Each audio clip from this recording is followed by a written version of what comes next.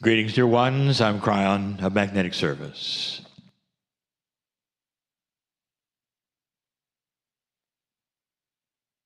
This is the channeling number 2 of 4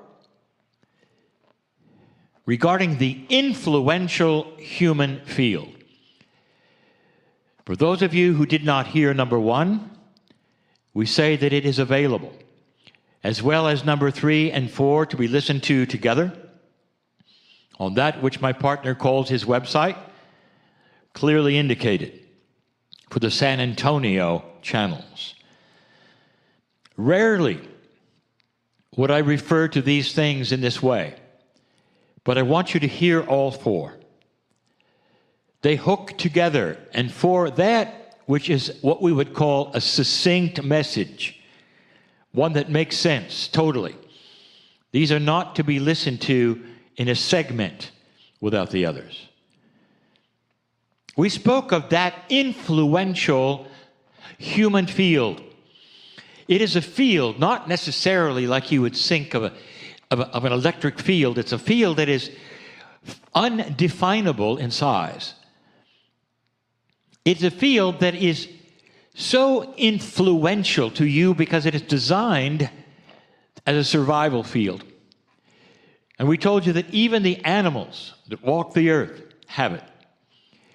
It is a survival field, so therefore some of the basic elements of survival are first and foremost and are prime. The human being walks, however, into a new energy, a profound new energy. One where the human being starts to advance in its consciousness and its maturity, advancing into a place where it starts to see itself far differently. It starts to see itself in a way that makes sense, where humans want to be different and want to be with humans, where human beings stop wanting to conquer each other or war with each other, where there's a confluence, you might say, of benevolence beginning on the planet. A true oneness that was never there before. It's slow, dear ones. Very slow. Certain cultures that have never had it will take a lot longer to get there. The cultures who have had it and understand it, that are more open with one another, it will grow even faster. But the entire planet is involved. It's involved to a degree where someday you will all look at one another, and the meetings you will have as countries will be far different. You will all be in this influential field. Now, this influential field, we started by saying, is one that influences you with things that are around it, and we discussed some of them. But the 4 that we discuss in these 4 channels, we started with primarily a basic element of fear. The fear is a reaction, and it is a survival reaction that makes you move away. It saves your life. It is so profound, dear ones, that it even will sense what's coming. And you have been in these situations that scientists will say, well, we don't understand it, but we've seen it, where you will actually stop for a while in order not to walk into a situation that you shouldn't have been there for survival. This field is quantum, totally. For it is a sensory field of other quantum energies, and mostly those energies are other human beings. Fields of humans overlap. And this is why so often we speak of these specific attributes as being almost infectious. And that means that with one having it, another will have it, another will have it, even without the primary impetus of what caused it. For instance, one human being or group of human beings start to be afraid of something, another group starts to come in, they feel the fear. And they're afraid, even though they don't know why. And we've seen this. You've seen this in your cultures. You've seen this in your governments. You've seen the dictators cause it and those who would run things counting on it. This is primal. Let me talk about another one. Another one which is just as infectious. But remember, these fields go two ways. You can be influenced, and you can also put things into these fields yourself that influence others. Yes, you can put fear to influence others. But we're speaking of something grander than fear. That is primal. That's not what we're talking about. We're starting to talk about elevated consciousnesses. We're talking about maturity and benevolence. And so your other attributes start to show. I want you to turn the page for a moment, which means we're going to change subjects, but we're not. Part of the studies of this planet right now are the studies of something called coherence. Let me define coherence. It is the interlacing of the influential fields. It is the interlacing of the influential fields. What this means, dear ones, is as the one field around you perhaps is filled with something, another human being will feel it too. And another feeling will happen with another human being, and another, and another, and another. This is coherence. It is starting to be studied as an individual coherence with themselves. But truly, the real coherence is with the human to human, or even group to group, and it even goes further than that. The studies have shown with auditoriums filled with those in coherence with a certain attribute can then affect another auditorium filled with that certain attribute. It's almost, again, like distance doesn't matter. It's an infectious thing where those will weep with the feelings of benevolence and joy. So let's talk about that. Second attribute, one of the greatest and most helpful and most practical right now on the planet that you could have, the influence of joy.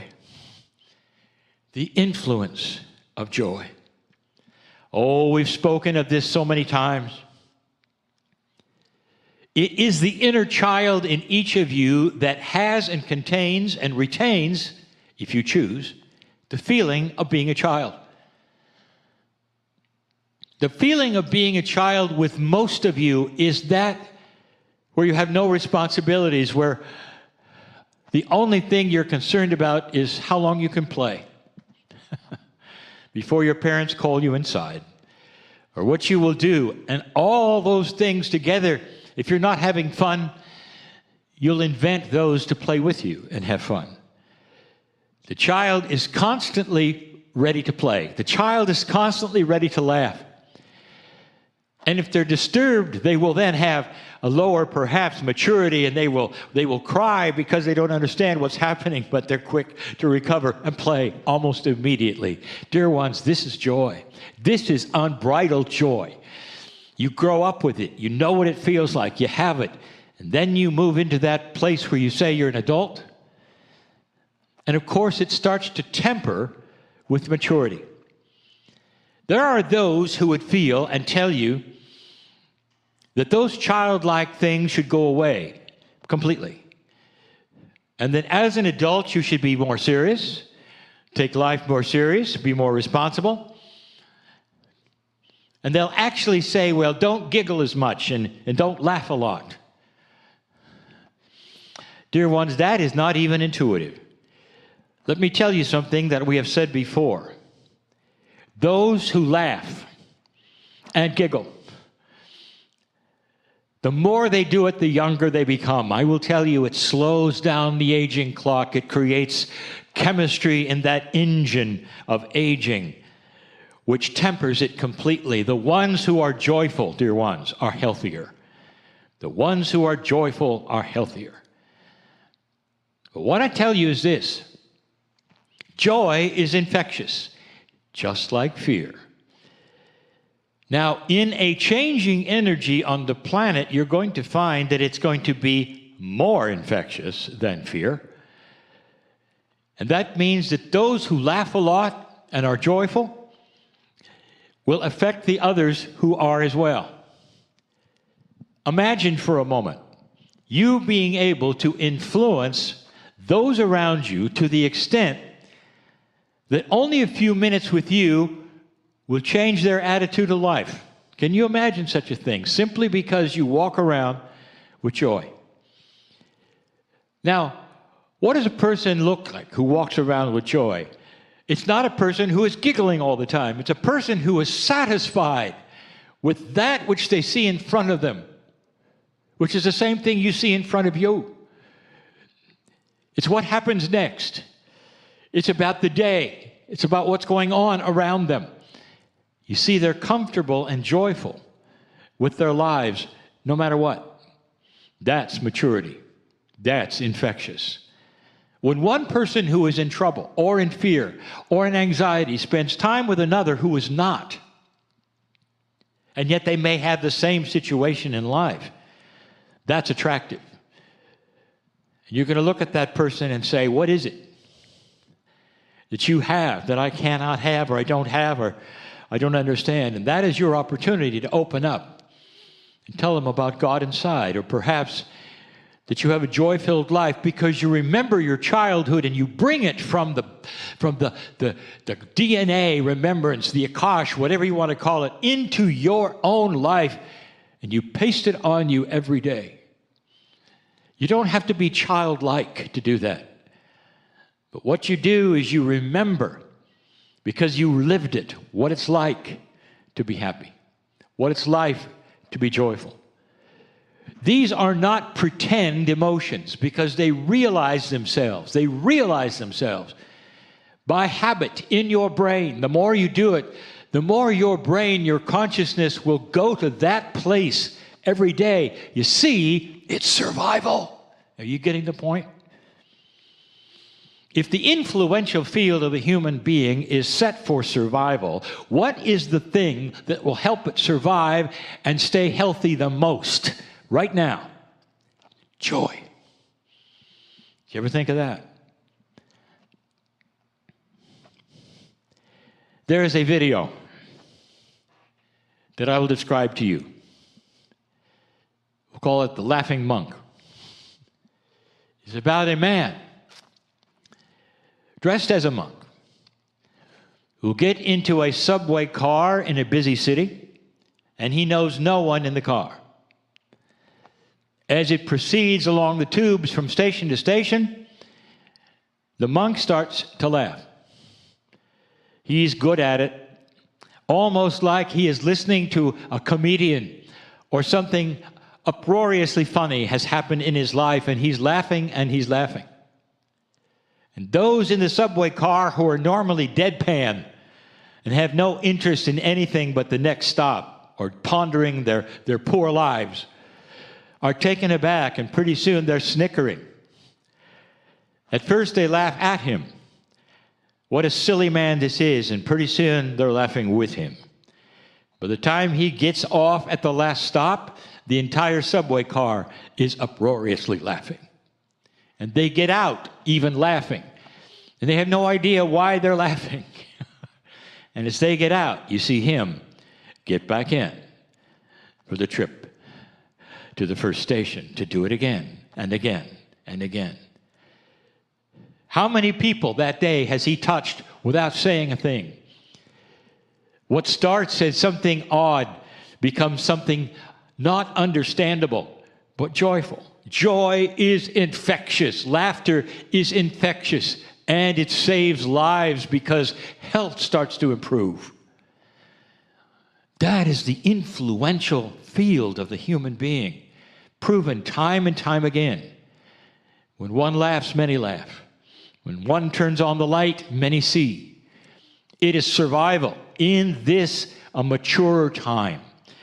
In this, where you're starting to understand a little more about that which is important.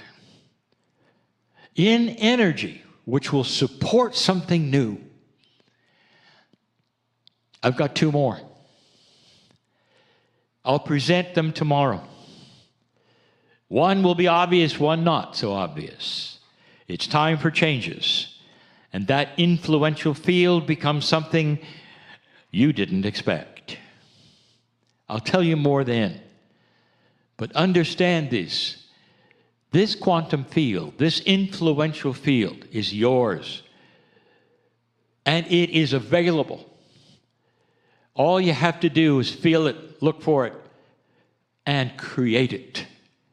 For what you do for yourself, others will see, and they'll accept it. More than that, they'll want it.